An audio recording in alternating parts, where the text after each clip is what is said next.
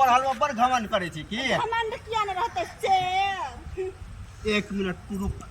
कथी हमरा एकटा पर्ची पढ़ के सुना देब त पर्ची पढ़े के लूर न से अब तो हम मुरुखे छी त हमरा कोन बात ना देखा दे पढ़ के अच्छा ले देख दे में कथी लिखल है आई में हां बोल ना कथी लिखल कि हमर जान आहा बिना हम एक रत्ती न रह सकै छी हमरा आहा जानना न त ना भगा के ल चलू किया कि आहा बिना हम मर जाब ले ई चलो लिखल चलो भाई देखो अब मैं क्या करता हूँ। भैया चल ना घर पर ठीक है चल बैठ चल हां रुक जा भैया 1 मिनट कथी बोला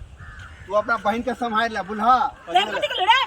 देख ला केन केन बात के हम सबूत लो नहीं छे सबूत तो सुन ल पहले देख ला कथी कथी बजे हमरा पर